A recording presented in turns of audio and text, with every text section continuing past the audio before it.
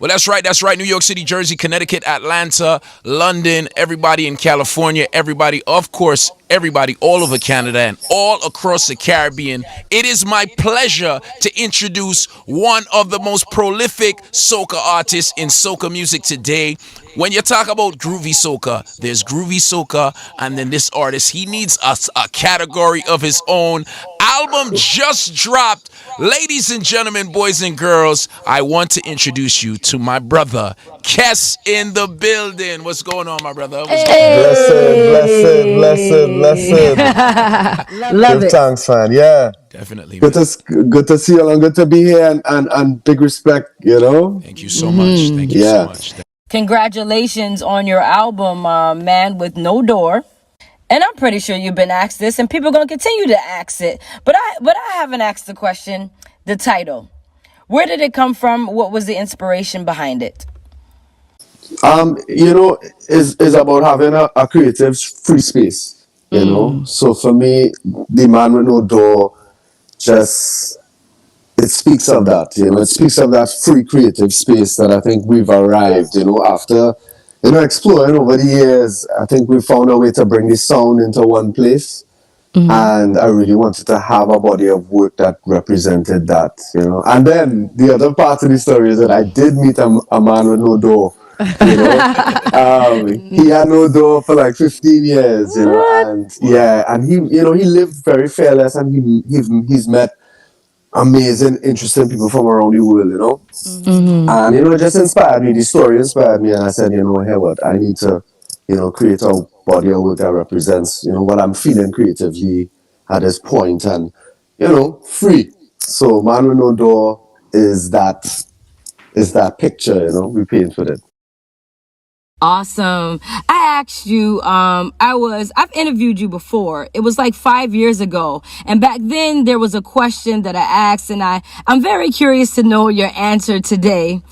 The question, what I was saying was that soca music at that time had been climbing in the last 3-4 years before that. So now we're here 5 years. So fast forward 5 years, we're here now. But where do you see the future of soca music? You know, I feel as if we on the cusp of like a Caribbean renaissance, you know, where we going to explode, you know, our art. Because I feel like in this time, the world needs the energy that we have. And that energy of unity, that love, that connection, all of those things. And when I say we, I mean not just Cestipan, you know, I mean the entire genre. And I feel like it's inevitable. I feel like the growth is going to be inevitable because we are Caribbean people and we are everywhere right now, you know. And the familiarity of the genre has become, you know, a lot more over the years because of the internet and the availability, carnival. Like everything has kind of contributed to, I feel, a good opportunity for soca to really move, you know, at this point. So I don't know. I'm optimistic and maybe, you know, idealistic in some ways, but at the same way, I feel it, you know, and I see when we play for crowds that people who don't know who we are, and I see their vibes and I see how they react. You know, you realize this is something different. You know, this is something new to a lot of people, and it affects people. You know. Yeah, I know Kevin has tons of questions over there. Yeah. We always seen each other on the road. Sometimes I get to host shows that you are playing or play the shows that Yeah, man. you're playing, and I watch you, and like you said, a lot of times you play for a mixed crowd, and sometimes they may not be familiar, but you take them in with the vibe. Talk to me That's it. about that euphoric feeling that is soca, and that's what I tell people. Sometimes to be in a place or to understand a place, you got to be in a place, and you That's right. always manage to give them give every time I've saw you, you always give people like a memorable performance. Talk to me about the euphoria of soca. Yeah, you know, I think it all stems is it's an ancient practice. I think it's just from its roots, and I feel like all of us, whether we know it or not, um, we carry a piece of that ancient rhythm, that ancient knowledge, that from emancipation straight up, to now. And I feel like, it's amazing every time, because I feel like, as much as, of course, we've been doing it for some time, I am still a student. I am still like learning its its powers and its capability and its reach and its not and its past and all of it. I'm still learning what it is and learning from it now. So it's I think, as much as it is, when I experience it on stage, with people, it's an experience for me as well, as much as it is an experience for the people. And it's a moment. And I feel like, the more that I look at the musical landscape, soca is a very raw situation. We really have a sort of hands-on approach to the fans and to how we perform and all of it. So it's different, and every time we move through this space, I just honestly am always kind of in awe of, like, what's the possibilities now, of this now. That is perfect. But we're saying soca, soca, soca, but you don't just it's not just soca for you. You all touch on different genres of music. Like, do you have, outside of soca, what is your favorite genre to tap into? Yeah, I know. For me, definitely, I grew up with all types. I started off in rock music, and went into R&B and everything else, and then got into soca and calypso and all of it. I guess the reason why I speak about calypso, because I guess I've seen how that music has affected all music, in this side of the world, in such a real way, and learning its history. So I love all genres. I feel as if there's something to learn in each genre, and that you can apply to yours. And I feel like now, because we've reached this space creatively, we are exploring all the possibilities. So you may hear a little vibes, a little rock in one song. You may hear a little, a more Afrobeat in this vibes, but it's free, and it's natural, and it feels that way. So yeah, I mean, that's where I reach. So I don't have a love for, a particular genre, but Yeah. Yeah. right now I listening to compa. I love compa vibes now, but and just listening to that, I just love the energy of it, and I, it's a good one. I love that. I was introduced to it by somebody special, and I was like, I love this is Nice, cool, nice. So of course you're a Kes, but the band is Kes the band. How That's right. important is your band in your performance? Even though I know that's a rhetorical question, but just to get the conversation started, how important is the band? I mean, this is the movement. This is the brothers. We the road warriors. We are a team. We are family, and this entire idea of our band, just really came off of my biggest brother. And that band life I would say, is the capsule that kept us safe, kept us together, kept us strong in all times, over these years. And not only that, the band experience of our music is is what it is, in a sense of, that to me is the biggest form of communicating the genre across the world, whether it be to the people who know it and love it, or to new people, because everybody could relate to instruments. Everybody knows a band with a drummer and a guitarist and a keyboardist, but when you see people play it in a different way, that affects someone differently. They really, they get it. So I feel like the band experience, as much as when I'm breaking into new places, I may just move with my DJ and do that aspect of it, and we try to make that the best that we can. But that is, always, to me, a pale in comparison to what that band experience is, and the importance of, like, a live act and really translating the music in that space. Absolutely. You were recently on the Tamron Hall show, but that wasn't your first time on the Tamron Hall show. You were there with Shaggy initially. So how did the first one come about? And like, was it that you just clearly you did an excellent job the first time that you were there? So then, is that how she reached back out to you to come back out I think again? something like that. I think Yeah. of course, when we're you're promoting an album, your PR will be looking for different spaces and places, Yeah. and Yeah. you know, she said that Tamron and them said that they got a lot of calls, like they were flooded with people asking when I was gonna come back on the show. And she said Nice. she's since that show aired, she just been getting that everywhere she went. She went to Jamaica, she went everywhere she went, she got that. And so I think when it is that it came up, I think they were really happy to have us back on, and the Got fact is, you. we have a body of work that we want to push through. And I have to big up the entire town and whole team. They're very, very hospitable and just warm and friendly, and it was like it's always a good experience. I can say that now because I've been there twice. Twice. Yeah.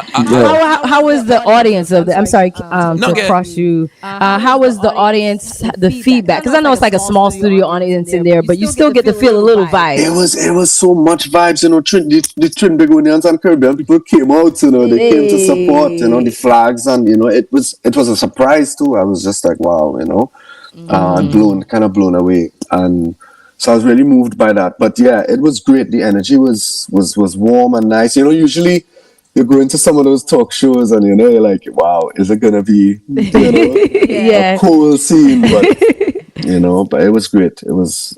Awesome, awesome. Congratulations on that as well. That's huge. That's huge for you, but also for the culture. You know You what I know what I mean? mean? Like, Like, definitely, yeah. So let's talk about the album. Like I got to skim through the album a little bit. I was all familiar with quite a few tracks already. Jolene was one of my favorite tracks the year it came Blessed out, man. man. I Yes. from the day it dropped, I never stopped playing it. And obviously, you got Tech Back, Vibes on. Licky Ticky, which is, kind of an Afrobeat vibe. And I got to skim through the album. What I'm getting from the title, A Man with No Doors, it's like you don't want nobody to box you in. So That's it. you have like there's a track that sounds kind of ammo piano ish, right? Then you have like a dancehall track with I'm not gonna get into the features just yet. You have a reggae track. You have obviously sweet soca music. It's like don't box you in. That's what I'm getting from that. Is that what's going on? Yeah, most definitely, and it's not necessarily. It's like don't box me in, don't box myself in. Okay. And it's when you hear the different tracks, it's really the stuff that I grew up to, that I loved growing up to. So as you say, like the reggae track, I loved a particular type of reggae, Capleton, Sizzler, all these people. It was a style of reggae that I loved. So I didn't. But the music came and the vibes came, so I did it and I explored what I was, and bringing on the feature Queen Omega, she did an amazing job, and it was Yes. amazing to have a space to do a track with her. Yes. So and then so for me, it's like, for instance, the dancehall vibe is more like, I would say, a 90s feel, a 90s. That's the times I loved it. You know what I mean? So Yeah. Yeah. I wanted to really add just all the dynamics of who I am, other than just the soca situation. You're gonna get a good span of who I am. So your Central Park performance sold out in 4 days, 4 months in advance. So what do you attribute to that? I mean, obviously your talent, your team, but what else? What do you think it is? I know what it Go is. go ahead. And But I go will tell ahead. you, I mean, it was a pleasant surprise. Yeah. So much that Yeah. I was like, yo, 4 days, okay, we gotta plan something else. But it's an honor, actually. I feel like it's history in a lot of ways, and from playing in a backyard with Bush, to Central Park, is a big moment for me. So I was honestly, I just give thanks because I'm not sure how. Yeah. I just feel like, again, people, this is the time. I feel like just this is the time, you know. Yeah. We've done summer stage in different locations, but I really wanted to do Central Park, and I was really happy that it really came to be, Right. you know. So I mean, I just give thanks. I don't know how. I have no explanation. I don't know. I just feel like now is the time, and we just need to represent, for us in that moment. So Something else that you said in our previous interview, you were saying how you noticed that a lot of the soca artists are coming together more, traveling, like hanging out with people from, different islands, and that camaraderie. And that, I believe this interview was like pre-COVID times. So how do you feel like post-COVID? Has COVID changed any of that? Is it stronger? How do you feel about that camaraderie in soca, and how important is it? Is that community? yeah, I think there's just respect across the board. I feel as if everybody is respectful of no matter what island you're from or where you're from. If you bring in a good energy to the whole pot, we have respect. So like like I'm a big fan of Issa Banton, but I wouldn't have known Issa Banton unless I traveled, and was at shows and seeing him perform, and I'm like, wow, this fella have an energy. And then, he started to get into the Trinidad circuit and with respect to music and stuff like that. But, I was a fan of him before that. And it's just cool that, we as our region could really kind of interconnect in different ways. The shows are more diverse now. Long ago it was different, I mean, as I would say, like a few decades ago, it was very separate. So, I just feel like that's forming a good network, Of course, they'll have alliances and they'll have things, but that's just more connections, So I just feel like it's a good thing.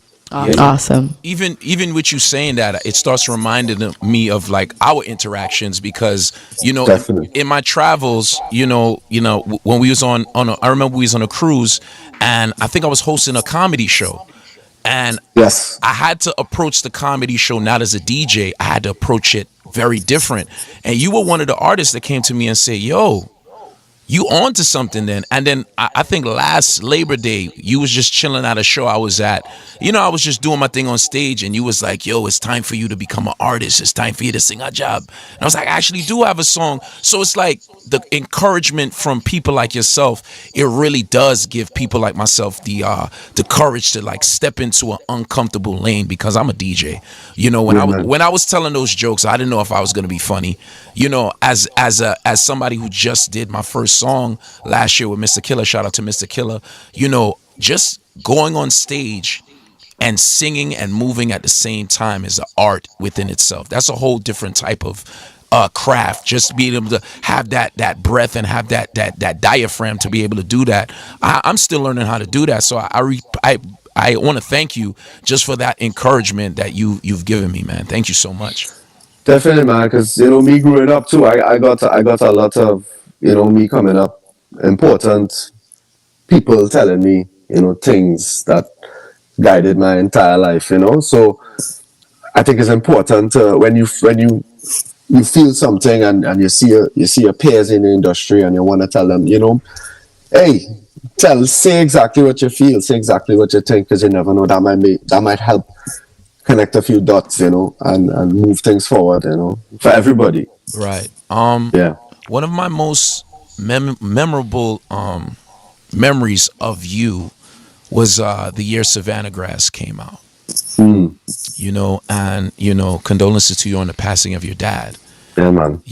And that moment when you performed it on stage, I think that stamped that song in history. I'm getting chills actually talking about it. And when I talk about Savannah Grass, when I played it for the first time, I felt like a feeling, and I thought it was just me. And then I heard people talking about it. Every time I hear this song, there's this feeling I get. And then when you performed it, you had people in tears. And from then till now, every time I play that song, or I hear that song, it takes me back to that moment. Just talk to me about like, just talk to me about that whole Savannah Grass movement. Talk to me about that. Yo, you bringing me back right now. You know what I Yeah, mean? man. Yeah. For real, you know, it's that was one of the hardest seasons of my life. You know, a blur of a season, and it was a learning experience, like everything in life. You know, while we were, you know, activating the song, you know, a song like the Savannah Grass, I would go to my father and actually sit with him, and you know, because he grew up around the savannah. That was his. That's where he would go to Lime and play and watch horse gallop and all of those things. You know what they did in those days. And he spoke to us about it. He's the one who taught us really about the culture side, and had us in the savannah young and all of that. You know. So when the song was being written and created, I would sit with him and I said, "Pops, you're writing a song about, you know, it's called Savannah Grass. Just talk about, you know, just talk about your stories and things that, you know, I just feeling it." But in that time, you know, Dad was slowly declining now. You know, he was again, you know, weaker. And everything just happened while he was transitioning. So all of that went into the song, you know. Yeah. You know, we did the video right away for him. The director came with a DP and a skateboard, and we just did the video, you know, in the streets. And it was like the week after, you know, he was buried, and or the same week, you know, we just did it. You know, we just put all the pain and everything into that, you know. Yeah. And as much as it is a celebration, because it is a celebration, you know, you felt every emotion that came with that in the song. And that taught me that, you know, it's kind of like if you're cooking food, you know, you have to be in a good place and a good state, you know, to be cooking and giving people food, you know what I mean? I feel like music is the same thing, where your energy goes into the music and people feel it, because it is almost like I don't know if it's like a code, or it's almost like within the vibration of it, other people feel it. Because there's a lot of people who felt not a sadness, but sort of like a emotional side to it, without even knowing it was about Dad or anything, you know. And I was like, this is different, you know. Yeah. The Bob Marley movie was just released not too long ago, and we spoke to one of his sons, Julian Marley. We interviewed him. Was it yesterday, I believe? Yeah.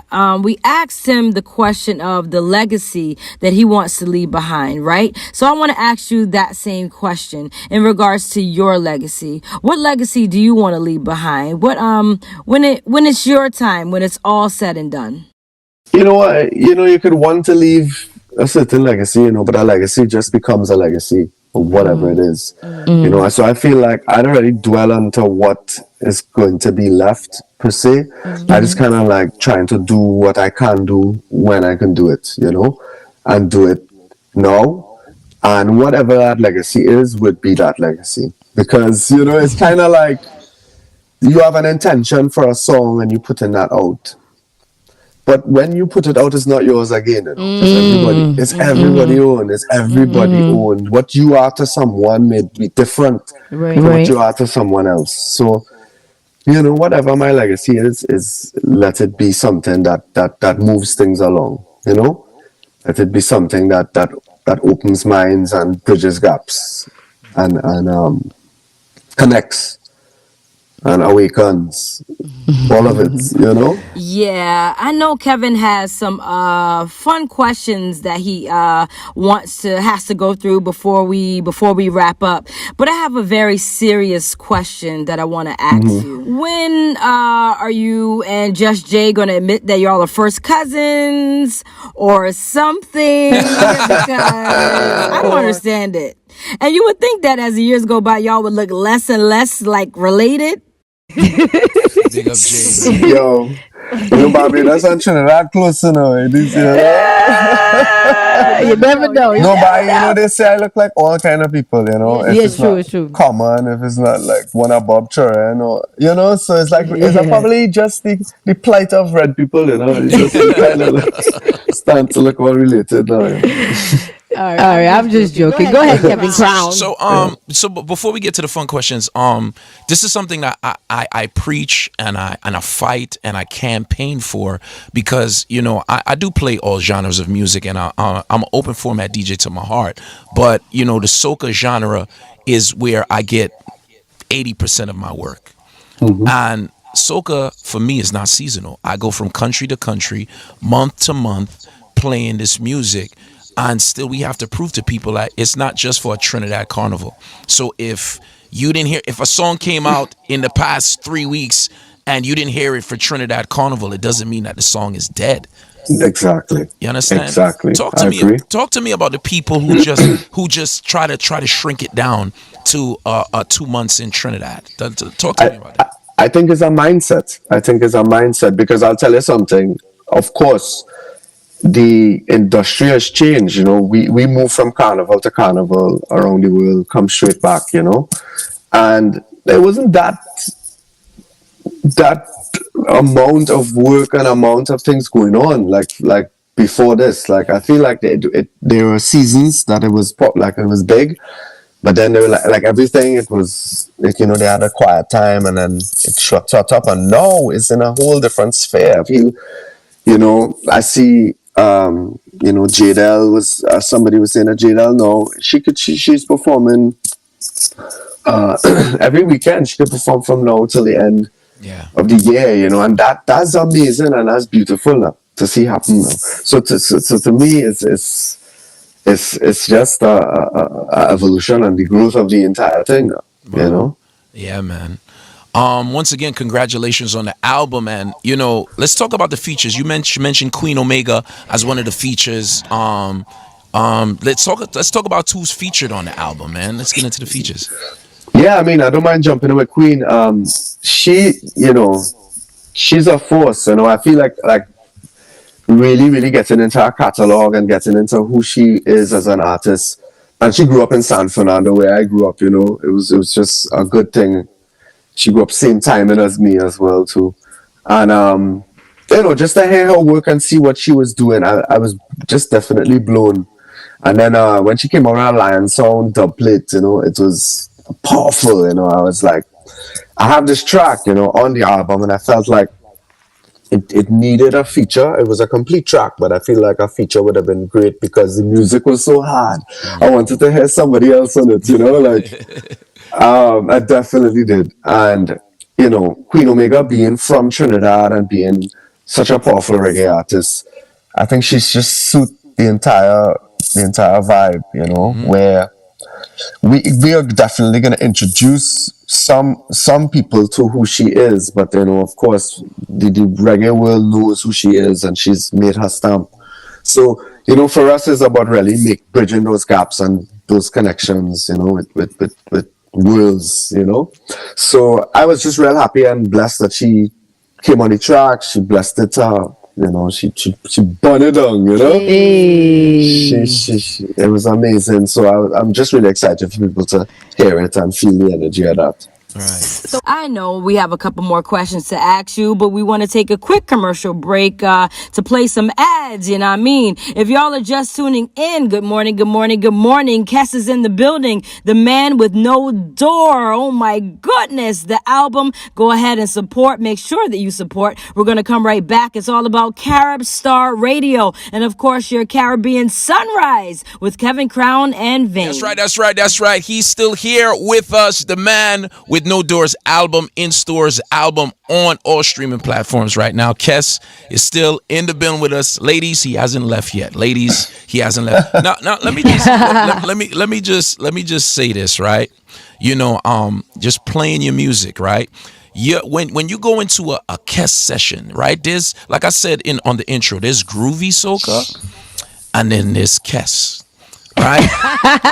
And I say Makes this all the sense. time. When you cannot just Tifa wine. You have a song called Tifa wine, but you cannot Tifa wine when you playing songs like Take Back and Banger and Jolene. You have to go. You have to go with your doodoo darling. You have to go with somebody that you're really into. Girls will look at you crazy if you try to Tifa wine on a Kes song. The way you talk to the ladies is different. I don't know. Talk to me about that connection with the females. with, Yo, give thanks, give thanks that, because if a party don't have ladies, it have nobody. yes. Sorry, guys. No, Hey. no, no. But I give thanks for the support in that way. Of course, the feminine divine is always inspiring. I think like especially our Caribbean women too. Oh yes. Lots of colors, lots of inspiration, lots of vibes, and I feel like the inspiration will always come, for sure, guaranteed by that energy. So I mean, I enjoy it. I feel like sometimes, the music kind of speaks for itself. When I hear something and I feel to write something, it's because the music is telling me something. You know what I mean? So if it making me feel sexy and all of that, and I put that on the track, hey, that's just me expressing myself. And if somebody connect to that, hey, amazing. So I'm real happy that the ladies are for They it. going crazy in the chat Because right now. Trust me, they going crazy. respect and love same way. Yeah. Definitely. Nice. So yeah, I know we want to start wrapping up. Cass, thank you so much for passing through. We really do appreciate it. This is history. This is your first time on this station, and of course your first time on the Caribbean Sunrise. But before we go, I know Kevin has some wonderful questions for you. Yeah. Cheers. Right. So this is just a tradition with everybody who's been on this show thus far. There are no right and wrong answers. This is strictly your opinion. And you could pass if you want, but it's always good if you answer the question. Jeez. Yeah. All right. He's like, pass already. I'm done. All right. Let me see how I'm start this up. All right. Let me see how I can start this up. Okay, this is Destra or Allison Hines. What? I had that. Yes. Nah, pass because both of them do their thing. They're doing their thing. You know what I mean? Yeah, I mean it's funny because a lot of times when I'm asking this question, you would be in the category, but since I'm asking you, I got to switch up the categories a little bit. You know what I mean? I don't want to cause. I don't want to cause no. You do want to cause trouble, but go ahead. I don't want to cause no trouble. You do. But Let me get one in there. yeah, Let me go ahead. get Go ahead. Barris Hammond or Dennis Brown? Oh, good. Please. Well, without a Dennis Brown, there probably wouldn't be a Barry Salmon. So, you have to go with Dennis Brown. All right, there you go. Okay. Yes, There you go. sir. All right. Michael Jackson or Prince? Who's that, Michael or Prince? Yeah. I love both of them, boy. I had a pass to that, boy, because I love how Prince was kind of like F you to the system and doing his own thing. Yeah. But Michael was just, he was, just the way, I mean, did you see that documentary too on Netflix with, Yes, Thriller. Yeah, the world? Yeah. Just the way that he approaches art is something different. Yeah, the We Are the World. That was amazing. That was amazing to see that all done in one night. Exactly. That was amazing. Yeah. Who go again? All right. Yeah, go ahead. Well, they're not getting no trouble from me. I just kind of, Go ahead. Bounty Killer or Beanie Man? Wow. Again, I like both of them is a vibe. Sometimes I feel like Bounty Killer and sometimes I feel like a Beanie Man, you know what I mean? So like I rate both of them and both of them are Great, man. That's great. That's great. You know, hey, we like to compare and like this one had to be better than that one. But that's like the difference between, let's just say, our genre and others. I have to tell you that. Yeah, that's There definitely can't, true. there will only be one. It can There only be had to be one. one. Yeah, it No. is true. Kings and queens. But cool. There you go. Michael you Jordan or LeBron James? I like Michael Jordan. I just like the timing and the era. Yeah, yeah, Yeah. yeah. Vane, You you know what gotta I mean? ask your famous one, man. Yeah, my infamous one. infamous one. You have to No, ask. no pressure because of my current location. But Beyonce or Rihanna? Riri, you know. That was a quick one. That was a Yeah. quick Yeah. answer there. Yeah. Yeah. Rihanna, man. But well, thank you so much. Thank you so much for taking some time, and just thank you for your contributions, constant contributions, and thank you for making my job easier. You know what I mean? Listen. Thank you. Unless you're actually on the show with me, then my job becomes very hard because I can't play none of your music. You know what I mean? I'm like, wow, what am I gonna do? You guys don't understand the pressure when you have a Marshall and you have a Kess and you have a Bungie and you have a Patrice and you have, and you have to entertain the crowd. So thank That's you. the art. That's the art. Thank you so much. Thank you so much. And just Yes. everybody, the album is all over, man. I need you to let the people them know, because this is the last thing I'm gonna say, because there's a talk on social media about us DJs breaking music, and why we should record our sets and why we should put our mixtapes up, and I'm from the school that, listen, it's great for you guys to listen to us DJ mixes, but we need to stream our soca on the streaming platforms. Facts. We need to give the artist the proper credit where the industry could recognize it. So yes, it's good that Kevin Crown and Private Ryan and this one have a mix on SoundCloud and it have all these views. That's good. But I would rather sacrifice my SoundCloud views for you guys to stream the soca music on the streaming platforms. That's what I want for soca music. Definitely. Yeah, man. I want to see Kess on BT, man. I want to see. Well, all the stations, and shout out, you were at the Caribbean Music Awards. Was it last summer? Definitely.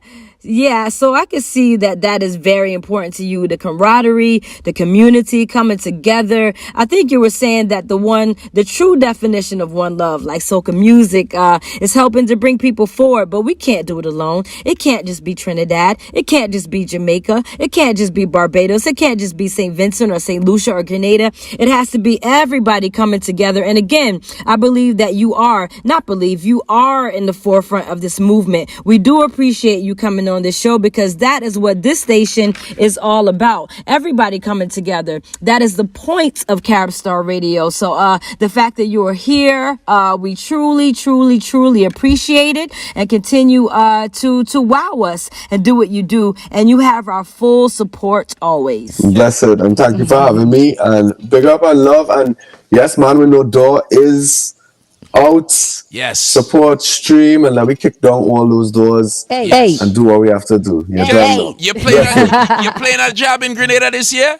I'd love to. I'm real planning it. So you'll see me when you see me. I'm trying to bring some other people too. All right. I'm trying to bring Vayne to Grenada to play a job. So we gonna all link up in the spice. Definitely. Yeah, definitely. Thank you so much. All right. That's All it. right. Yours truly, Kevin Crown Vayne, and that was Kess, of course, the man with no door, in stores right now. Online, stream it.